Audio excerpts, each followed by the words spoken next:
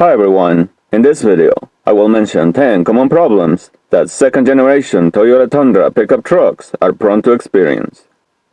Number 1. Some of these trucks during the entire generation have been recalled because the steering rack and pinion, also known as steering gear, is prone to develop fluid leaks.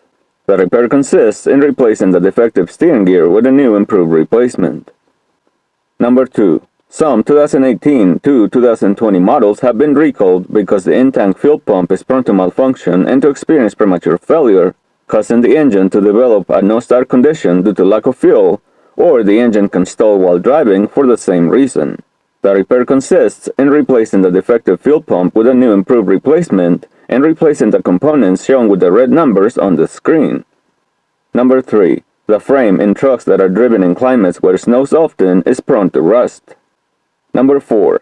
The secondary air injection pumps are prone to malfunction and to experience premature failure, especially in the earlier models of this generation. When these pumps malfunction or fail, they cause the engine to go into limp mode and lose all acceleration. These pumps are expensive to replace. The company Hewitt Technologies makes the bypass kit shown on the screen that allows to eliminate these failure-prone air pumps and solve this problem permanently. Number 5. The exhaust manifolds in trucks that are driven in climates where snows often are prone to rust. This rust accumulation causes them to crack and as a result develop exhaust leaks.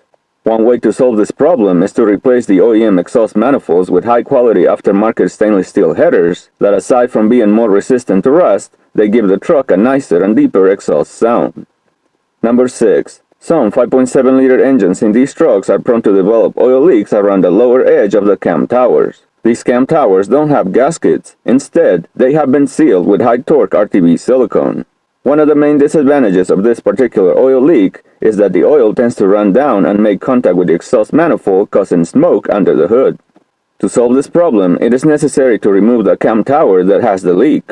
Once it has been removed, it is necessary to remove all the silicone material, clean the mating surface of both the cam tower and the cylinder head, apply a light coat of RTB silicone to the mating surface and install the cam tower back on, making sure that it is torqued to the correct specs, the camshaft sprockets are installed and aligned correctly, the camshaft retaining bolts are torqued properly, and all the remaining components are installed back on with new seals and new valve cover gaskets.